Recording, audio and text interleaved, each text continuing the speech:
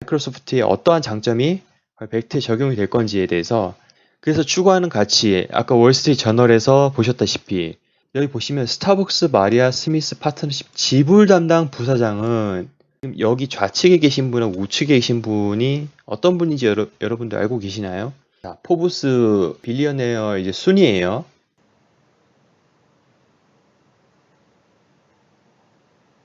예, 반갑습니다, 여러분. 오늘은 다룰 주제가 앞에 보이시다시피 많은 분들이 이미 알고는 있다고 말씀하실 텐데 실제로 정확하게 과연 아실까 싶어서 이 영상을 만들게 되었고요. 저도 이 벡트 관련 영상을 자료나 많이 찾아봤는데 좀 많이 파편적이에요. 이게 여기저기 흩어져 있어서 좀 종합해서 이것이 의미하는 것에 대해서 각각 하나하나씩 좀 뜯어서 이렇게 좀 들여다보는 시간을 좀 가져볼까 합니다. 지금 이렇게 사진으로 보이시다시피 스타벅스가 있고 마이크로소프트 그리고 ICE, 벡트, BCG라고 되어 있는데 이것도 나중에 다 설명을 드릴게요. 그래서 이 요소들을 지금 벡트에 이걸 통해 참여하고 있는 이 요소들 서로 어떠한 관계 속에 있고 어떻게 유기적으로 앞으로 돌아갈지에 대한 추측도 한번 같이 한번 곁들여서 말씀드리도록 하겠습니다. 그럼 시작하도록 할게요. 오늘 설명드릴 목차입니다. 오늘 설명드릴 목차에서는 암호화폐 시장에서 지금 기대되는 큰 호재 두 가지가 있는데 이거에 대해 설명드리고요.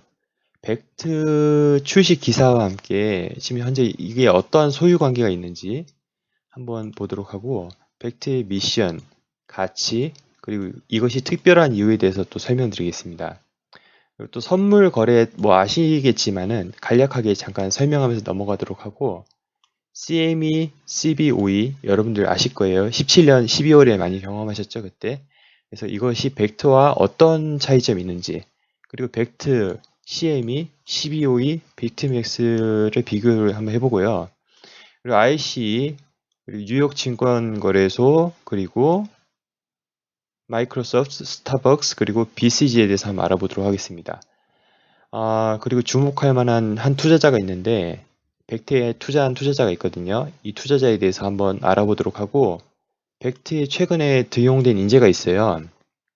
이 사람이 어떠한 커리어를 갖고 있는지도 한번 알아보도록 하고 마지막으로 이 벡트가 추후 ETF에 어떤 영향을 미칠지 해서 마무리 한번 짓도록 하겠습니다. 자, 가보겠습니다. 현재 암호화폐 시장에서 우리가 기대하고 있는 뉴스가 크게 두 가지가 있죠. 첫째는 여러분들 미국 SEC 증권거래위원회의 ETF 승인 이거를 다들 기다리고 계시는 분들이 많을 겁니다. 얼마 전 5월 달에도 5월 한 중순 말쯤이었죠. 그때 ETF 승인이 연기가 되었죠. 또 연기가 되어서 뭐 예측은 하셨겠지만은 지금 당장 좀 되기에는 좀 아직 부르지 않나 예측을 다들 하셔서 뭐 그렇게 크게 놀라지 않으셨을 거예요. 그래서 이 ETF 승인 하나와 다른 하나는 미국 CFTC죠. 상품 선물 거래위원회에서 여기는 이제 선물 상품을 승인하는 곳인데 여기서 지금 벡트 승인이 있는 거죠. 오늘은 그래서 이제 벡트가 이제 이루어졌을 때 어떠한 방향으로 전개될 것인가 해서 벡트부터 먼저 알아보는 시간 가져보도록 하겠습니다. 자, 이것은 2018년 8월이죠. 8월에 월스트리트 저널에서 나온 기사인데요. 이때 NYSE, 그러니까 뉴욕 증권거래소의 오너가 이제 비트코인 퓨처 거래하는 회사를 이제 시작하려고 한다. 그런 기사가 나오면서 여기 보시면 IC의 벡트가 플랫폼을 이제 오픈할 것인데 그 플랫폼은 이거 좀 기억해 두셔야 됩니다, 여러분. Buy, Sell, Store and Spend Digital Currencies라고 되어 있습니다. 그래서 이거를 사고 팔고 또 저장하고 또 소비하는 그런 플랫폼을 제공할 것이다. 라고 지금 그런 기사가 해서 이제 이걸 세상에 이제 알렸죠. 월스트리트 저널을 통해서 이제 세상에 알렸는데 여기 보시면 이 ICE라는 곳은 우리는 ICE가 별로 익숙하지가 않아요. 근데 이건 아실 거예요, 여러분. NYSE, 그러니까 뉴욕 증권거래소거든요. 그러니까 이 ICE라는 곳이 뉴욕 증권거래소를 12년 12월에 인수를 했었습니다. 그래서 결국에는 이 두 개가 뭐 같은 거예요. 그리고 이번에 또 여기에서 이제 뭘 출시를 하냐? 스타트업으로 바로 벡트. 벡트를 18년 8월에 출시를 해서 이제 하반기에 오픈을 할 예정입니다, 올해. IC는 뉴욕 증권거래소도 가지고 있고 소유하고 있고 이제 벡트도 소유하는 꼴이 되는 거죠. 그죠? 이건 이제 스타트업 개념이고 그렇습니다. 자, 그럼 들어가기 앞서서 이 벡트의 미션에 대해서 말씀드리고자 합니다. 일단 벡트 거래소의 그 대상은요, 여러분, 주로 메인이 기관입니다. 큰 돈을 쥐고 있는 기관이고, 그리고 상인, 소비자 이렇게 돼 있습니다. 그래서 얘네들의 목적은 디지털 자산을 쉽고 안전하게, 이 안전이 좀 되게 강조가 되어 있습니다. 홈페이지 들어가 보시면. 그래서 거래, 보관, 소비할 수 있게 하겠다. 아까 월스트리트 저널 보셨을 때도 이게 나왔었잖아요. 그죠? 그 다음에 디지털 자산 전용으로 모두가 참여할 수 있는 그런 플랫폼 만들겠다. 그리고 가장 큰 믿을 만한, 이게 결국 안전이겠죠? 생태계를 만들겠다. 그래서 거대 기업 전용의 보안 솔루션까지 제공하겠다. 라고 하는 게 이제 벡트의 미션입니다. 그래서 추구하는 가치, 아까 월스트리트 저널에서 보셨다시피 buy, sell, 결국 이게 거래죠. 그리고 스토어, 보관, 그리고 spend 디지털 커런시, 결국 소비, 거래, 보관, 소비가 이 세 가지 요소가 추구하는 가장 큰 가치입니다. 그래서 기관에서는 기관이 부담 없이 디지털 자산을 거래하게끔 이렇게 하려면은 지금 기존의 선물 거래는 이게 롱텀이잖아요. 한 달 단위 이렇게 되니까 만기가 지금 이건 하루로 만든 겁니다. 벡트는 만기를 하루짜리로 만들어서 결국에는 이렇게 변동폭이 한 달 동안 이렇게 커도 이걸 하루하루로 자르다 보면 변동폭이 되게 작을 거 아니에요.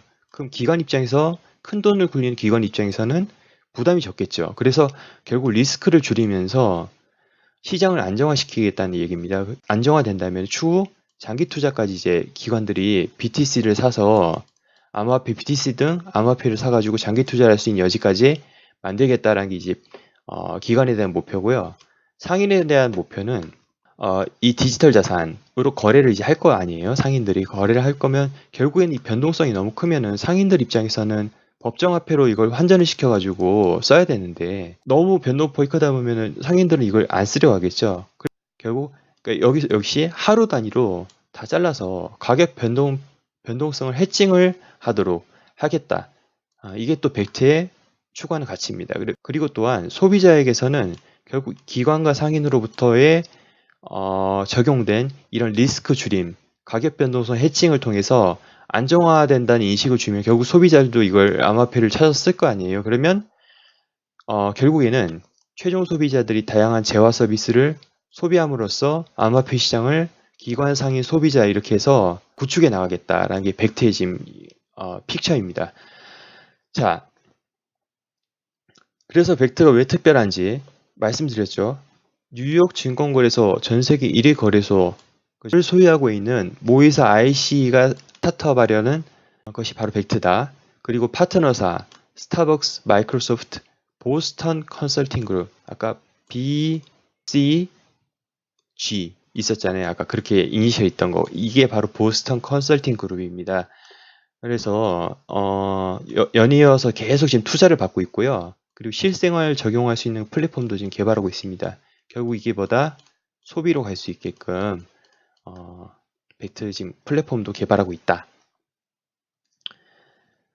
선물 거래에 대해서 간단하게 말씀드리고 갈게요. 이미 다 아시니까요. 그래서 미래에 매수 매도를 하는 약정이자 선물 거래라는 건 증거금을 가지고 이기는 쪽에 배분하는 거고 만기가 존재하죠. 그래서 만기가 도래하면 선물 거래 명시한 대로 계약을 이행해야 되고 만기 전에도 거래가 가능하시고 그래서 선물 거래에 두 가지 종류가 있습니다. 첫째는 상품 선물, 농축산물이나 아니면 원유 등 이런 게 상품 선물로서 거래가 되고요. 또 금융 선물로 주가지수 이런 것 등으로 거래가 되기도 합니다. 그래서 지금 CME 1252는 2017년 12월에 출시가 돼가지고 이미 거래가 되고 있죠. 이것과 앞으로 이제 론칭할 벡트와의 큰 차이점이 어떤 거냐? 방금 설명드렸다시피 현금 정산과 실물 정산에서 차이가 있습니다. CME, CBOE는요, 여러분, 비트코인 가격 지금 선물 거래를 하고 있지만 이걸 정산을 US 달러로 하고 있습니다. 그래서 이건 금융 선물에 해당이 되고요. 벡트는 그와 반대로 실제 나중에 정산할 때 실제 실물 즉 비트코인으로 정산하기 때문에 이것은 상품 선물에 해당합니다. 이건 어떻게 보면은 US 달러로 정산하니까 비트코인 가격 선물 가격으로 이렇게 거래를 하고 있지만 결국에는 비트코인 없는 비트코인 거래라는 거죠. 어쩌면 이게 벡트라는 게 어떻게 보면 진정한 비트코인 거래라고 할 수 있겠다. 그래서 라고 말씀드릴 수 있겠고요. 벡트는 그래서 하루짜리 거래도 있다 했죠. 선물 거래도 있다 했죠. 그래서 거래를 하니까 결국에는 이게 현물 일반 거래나 마찬가지 되겠다. 일반 거래나 마찬가지겠다. 이렇게 말씀드릴 수 있겠습니다. 그래서 좀 비교를 드리면요. 제일 좌측에 있는 게 벡트입니다.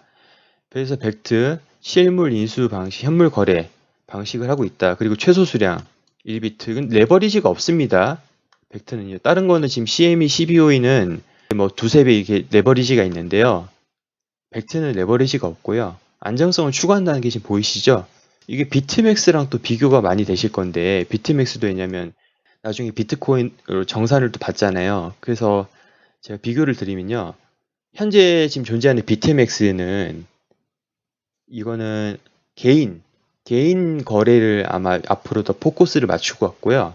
벡트는 큰 기관은 돈이 크기 때문에 변동성을 그렇게 큰 거를 좋아하지 않습니다. 그럼 들어오기 진입하기도 꺼려할 거고요. 그래서 스테이블하게 계속 갈 수 있게끔 앞으로 그런 인식을 벡트가 심어줄 거고 그 이제 주로 기관을 대상으로 이제 할 것이다 라는 거고요. 그래서 아까 IC라는 거를 좀 말씀드리다 말았는데 IC 홈페이지 들어가 보시면 이곳에서 주로 하는 거는 선물 거래 그리고 옵션 그리고 OTC 거래를 하고 있습니다. 그래서 보시다시피 여기 마켓인데요. 뭐 퓨처 거래를 하고 있죠. 보시면 여기 뭐 컬처 그리고 크레딧, 에너지 등등 해가지고 뭐 메탈도 있고 선물 거래, 옵션, 장외 거래 이렇게 지금 하고 있다는 거 보시면 되겠고요. 그래서 이거 IC 즉 인터컨티넨탈 익스체인지죠. 여기 홈페이지 그냥 들어가 보시면 결국에는 뭐 밑에 보시면은 IC나 뭐 뉴욕 증권거래소나 같이 붙어 있고요. 이걸 뭐 그렇게 크게 구분을 두지 않습니다. 뭐 두 개가 어차피 같은 회사니까 여기 이게 모의사가 이거니까 어차피 궁금하시면 한번 들어가 보셔서 한번 보시면 좋을 것 같습니다. 그래서 이건 참고로 보시고요. 이건 IC가 인터컨티넨탈 익스체인지 주가인데요. 계속 우상향하고 있다 보고 계시고요. 그래서 IC랑 또 CME 여러분 우리가 익숙한 건 CME잖아요. 여기랑 되게 뭐 궁금해하실 텐데 레베뉴상으로 봤을 때는 IC가 한 2배 정도 더 큽니다. 그래서 레베뉴상으로 큰데 우리가 이제 잘 알려지고 대중에게 잘 알려진 것은 아무래도 여기가 좀 거래가 더 선물 옵션으로 거래가 더 활발하죠, 그죠? 예, 그런 거 지금 보고 계시고요. 자, 그 다음에 이제 NYSE 뉴욕 증권거래소에 대해서 좀 말씀드리겠는데 전 세계 탑입니다. 이 나스닥하고 이 마켓캡을 보시면요. 나스닥하고 약 3배가 차이 납니다. 그러니까 정말 압도적이죠. 그래서 여기를 따라올 곳이 없다. 여기에서 지금 뭔가 이루어지고 있는 팩트가 그러니까 얼마나 지금 대단한 건지에 대해서 이걸 통해서 우리는 지금 볼 수 있는 거죠. 자, 이 사진 여러분들 많이 보셨을 겁니다. 이 사진 많이 보셨을 건데 자, 여기 뉴욕 스탁 익스체인지에서 찍은 사진입니다. 찍은 사진인데 지금 여기 좌측에 계신 분하고 우측에 계신 분이 어떤 분인지 여러분들 알고 계시나요? 아실 분들은 아시겠는데 결론부터 말씀드리면요. 이 둘은 부부입니다. 이 두 분은 부부고요. 이 왼쪽에 계신 분이 ICE랑 그리고 이 IC 보이시죠? 그리고 뉴욕 증권거래소의 수장이죠. 대표죠. 대표고 이 오른쪽에 계신 분 와이프가요. 이분의 와이프인데 이분이 앞으로 뭐다? 이분이 지금 현재 벡트의 수장이죠. 벡트의 대표죠. 그죠? 거기로 지금 계신 분입니다. 정리하면요. 이분이 이름이 제프 스프레커인데요. 뭐 제프리라고도 합니다. 어차피 제프리의 약자가 제프라서요. 제프 스프레커는 아까 말씀드렸다시피 ICE, 그죠? 여기와 뉴욕 증권거래소 NYSE의 체어맨이다. 체어맨이고 CEO다. 그리고 이분 와이프죠? 이분의 와이프죠. 와이프 켈리인데 켈리 뭐 러플러라고 하나 봐요. 그래서 이분은 이제 ICE 이사고 그리고 또 벡트 스타트업 아니 벡트의 대표다. CEO다. 라고 보시면 되겠습니다. 이건 벡트 홈페이지에서 가지고 온 건데요. 여기서 추구하고 있는 4가지 가치에 대해서 적어놨습니다. 그래서 첫째는 보안. 왜? 기업이 믿을 수 있어야 투자할 수 있기 때문에. 그리고 futures, 선물 거래. 결국 이건 ICE가 하는 건데 ICE가 이미 노하우를 가지고 있죠. 그리고 payment, 지불 결제, 그리고 compliance. 결국은 미국 정부의 그 인가를 받아야 되기 때문에 그 컴플라이언스를 철저하게 따라야 됩니다. 그래서 우린 그걸 따를 것이다. 그게 어떻게 보면 이거 보안하고도 많이 연결되어 있다고 볼 수 있겠네요. 자, 그래서 투자받은 회사 중에서 대표적인 회사가 마이크로소프트인데요. 이 마이크로소프트에서 과연 어떠한 역할을 해줄지, 물론 투자도 했습니다. 물론 이제 벤처 캐피탈을 통해서 투자를 했는데, 마이크로소프트의 어떠한 장점이 벡트에 적용이 될 건지에 대해서 한번 알아보도록 하겠습니다. 최근에 마이크로소프트가 되게 부진하다가 2014년에 대표가 바뀌었어요. CEO가 바뀌면서 이분으로 바뀌면서요. 갑자기 매출이 급 상승을 했었습니다. 그러니까 그 이유가 뭐냐면요. 지금 마이크로소프트의 애저라는 클라우드 플랫폼으로 마이크로소프트 사업을 방향을 틀었기 때문인데요. 여기 보시면요. 클라우드 사업 부분으로 연간 매출 1,100억 달러, 우리 돈 124조 9천억 원을 달성하여서 설립 43년 만에 1,000억 달러 매출을 달성한 바 있다. 포춘지 선정 500대 기업 중 90%가 마이크로소프트 애저의 고객사인 것도 이 클라우드 분야에서 마이크로소프트 현재 위치를 보여준다. 자, 여러분들 포춘지 선정 500대 기업 중 90%가 마이크로 애저의 고객사라고 적혀 있어요. 웬만한 500대 기업은 다 마이크로소프트 고객이라는 거거든요. 근데 포춘지 500대 기업이 그냥 만만한 기업들이 아니잖아요. 그러면 여러분, 이 마이크로소프트가 과연 벡트에 이제 투자를 해서 또 어떠한 역할을 보여줄지 짐작이 가십니까? 우리 지금 여기서 2가지를 배웠어요. 첫째가 뭐냐면 클라우드고요. 방금 둘째가 뭐죠? 고객사입니다. 포춘지 500대 기업 중 90%가 마이크로소프트 엣지의 고객사라는 거예요. 마이크로소프트 클라우드가 받은 각종 인증 규격 보고 계시는 거 되게 많죠? 그래서 이렇게 있다는 거 보여드렸고, 그래서 한때 이 마이크로소프트가 2018년 11월 말에 애플 시가총액을 추월했었죠. 자, 그 다음에 하나 더 있습니다. 지금 마이크로소프트가 이제 클라우드 사업으로 방향을 틀고, 그리고 또 아마존에 그래서 대항마로서 클라우드 대항마로서 지금 확보를 하고 있는 상태에서 윈도우 OS가 이제 오픈소스로 이제 바뀌기 시작했습니다. 그래서 여기 보시면 GitHub를 75억 달러, 우리 돈 82조 325, 이거 달러가 아니라 이거 원이네요. 잘못된 것 같은데 우리 돈 82조에서 인수를 했는데 이 GitHub가요, 전 세계 150만 개 이상 조직에서 2,300만 명이 이상 사용하고 있는 겁니다. 그러니까 앞으로 오픈소스로도 마이크로소프트가 투자를 하겠다. 결국 지금 기술에 OS를 오픈소스로 전환시켜서 이제 기술에 좀 더 소프트웨어 기술에 더 초점을 맞추겠다. 그죠? 클라우드 시장에서 MS 클라우드 엣지를 더욱더 인기 있게. 자, 그 다음 말씀드릴 건 스타벅스인데요.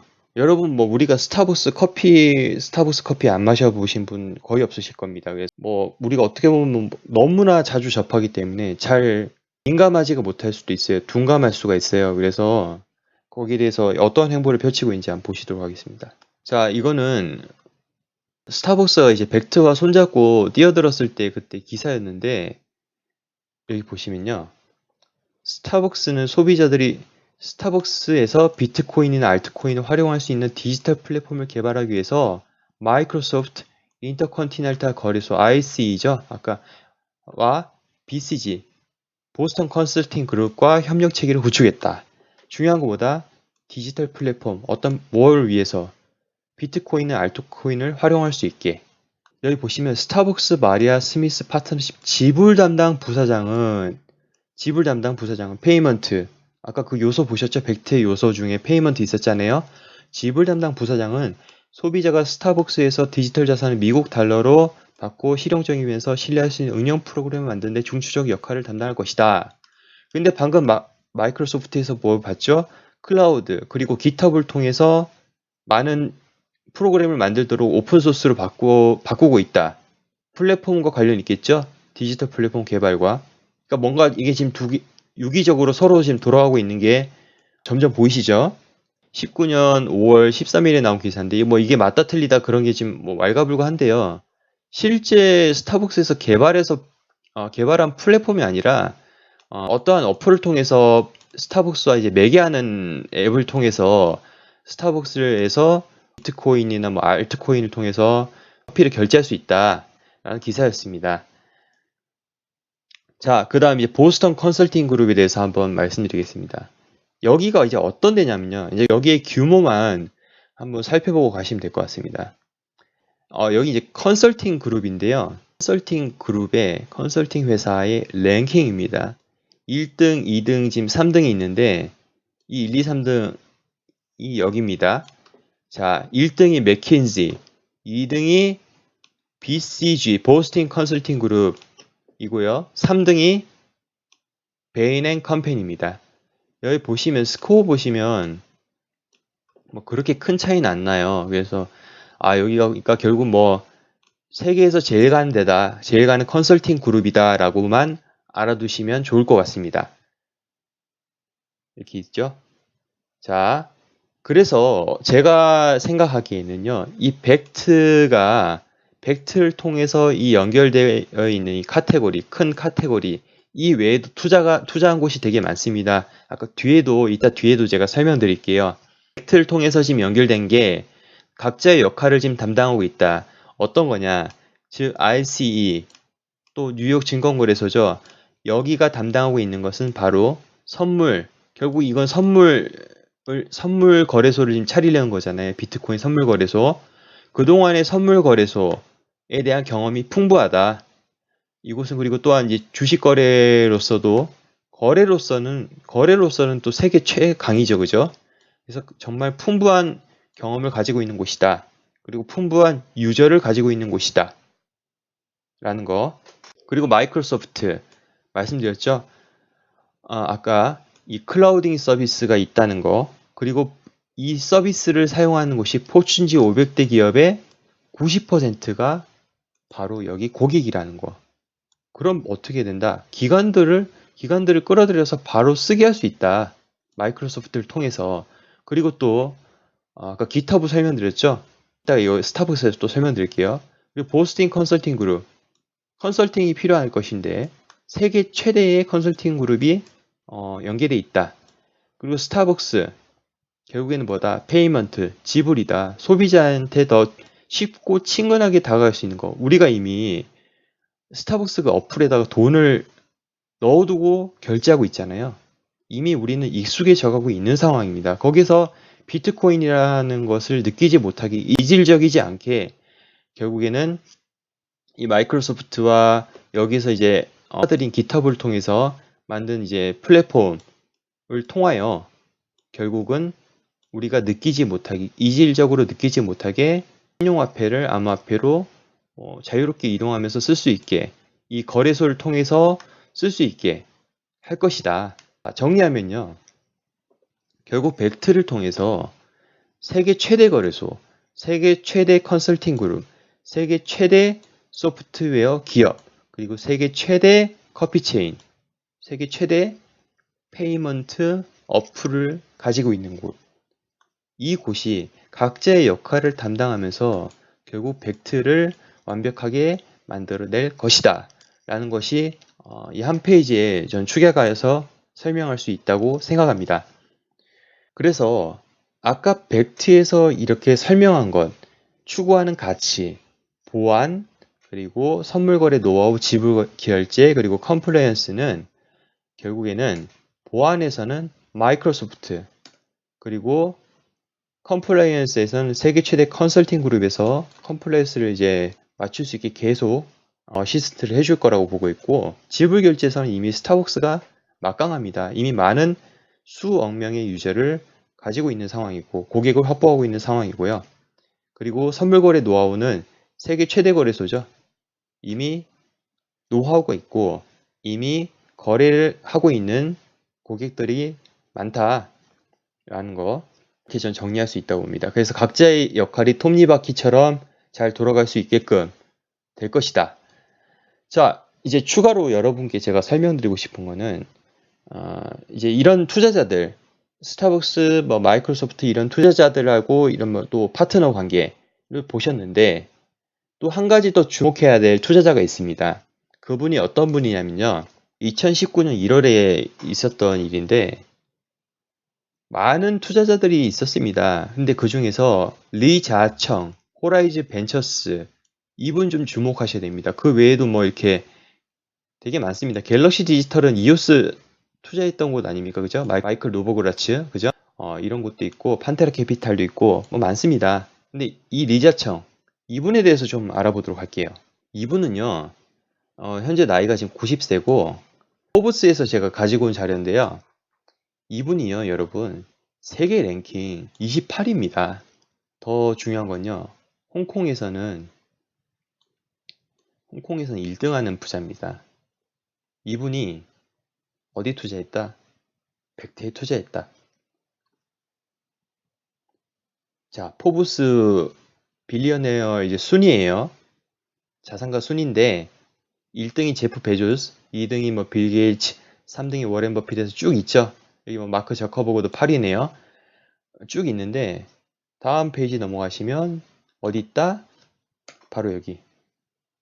이분 28위 여기 있죠. 그러니까 정말 대단한 분이란 거죠. 정말 대단한 분. 뭐 잭 마도 보이고 일론 머스크도 보이네요. 그러니까 여기 뭐 40위 한다고 뭐 웬만한 뭐 그냥 부자겠네 그렇게 생각하면 안 됩니다. 정말 다들 어마어마한 부자입니다. 100위까지 해도 100위까지도 어마어마한 부자들이고요. 이 분이 벡트에 투자를 했다라는 점 같이 알고 가시면 좋겠고요. 또 한 가지가 벡트에서 인재를 등용했는데 어떤 분이냐면요. 2019년 4월에 있었던 소식인데 벡트에서요. 어떤 분을 고용했냐. 페이팔과 구글의 경력이 있었던 제품 책임자를 영입을 했었습니다. 그래서 이분 이름이 마이크 블란디나인데 벡트에서 이제 수석 제품 책임으로 이제 합류한 것이죠. 링크드인에 제가 들어가서 이분에 대해서 좀 살펴봤는데 어떠한 이력이 있었는지 보시면요. 1992년부터 해가지고 이렇게 타고 올라가시면 돼요. 우리가 알고 있는 구글 엔지니어 디렉터 페이먼트 그 부분에서 근무를 했었고, 쭉 올라가시면 또 페이팔 있죠? 페이팔에서도 근무를 했었고 3년 넘게 근무를 했었고, 그래서 이러한 경력이 있다라는 거 좀 링크드인에 들어가서 여러분들에게 이렇게 좀 드리려고 가지고 와봤고, 그래서 이제 중요한 거는 벡트가 되면 ETF가 될 것인가에 대한 그런 질문에서 최근에 ETF가 연기가 됐었죠. 그 ETF가 연기가 되었었는데 거기서 가장 주기를 했던 게 결국 가격 신뢰성에 대한 문제였고 안정성, 결국 신뢰성이었습니다. SEC에서 얘기했던 걸 이제 해석을 하면요. SEC 규정은 이렇습니다. 거래자와 투자자를 보호하기 위해서 결국에는 부정적이고 조작적인 행위와 관행을 방지하고 공정하고 공정한 원칙을 촉진하도록 설계되어야 한다라는 것이 SEC 규정입니다. 결국에는 그래서 제가 생각하기에는 벡트가 제 생각엔 먼저 될 것 같습니다. ETF보다요. 그럼 벡트가 됐다. 이렇게 되면 어떻게 된다? 다양한 큰 기관이 참여하게 된다.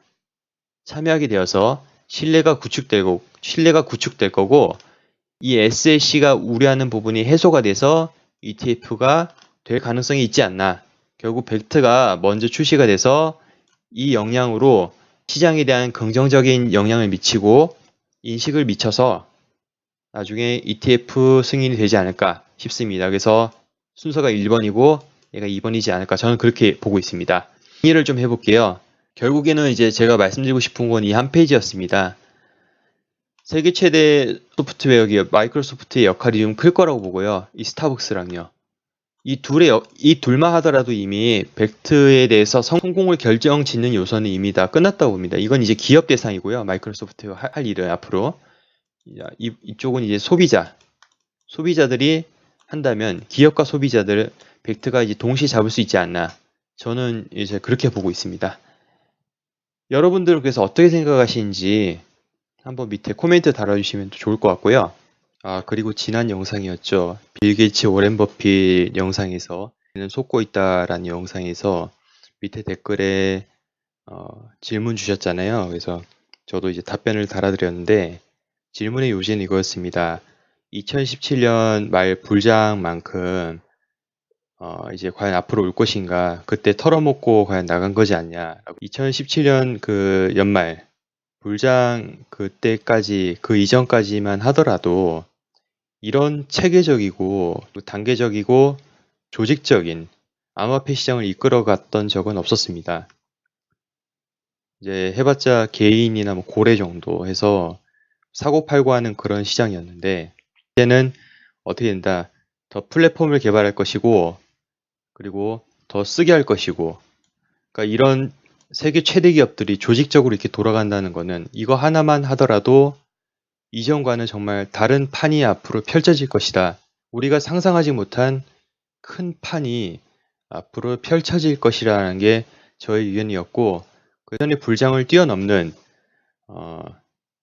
일이 또 발생하지 않을까, 이제 시작이지 않을까 해서 저는 이제 그렇게 답변을 드렸었습니다. 그래서 바로 그 근거가 오늘 말씀드린 벡트였고 제가 다른 거 제쳐놓고 벡트를 먼저 다 아시는 거지만 그래도 아직 의심이 가시는 분들, 그러니까 투자를 하셨지만 투자를 안 하셨는데 저는 설득할 생각은 없습니다. 하지만 투자를 해서 진입을 하셨는데 아직도 내 스스로 투자를 한 거에 대해서 의심이 가시는 분들은 오늘 이 사실을 들으시고 좀 확신을 가지시면서 투자를 하시는데 도움이 되셨으면 좋겠습니다.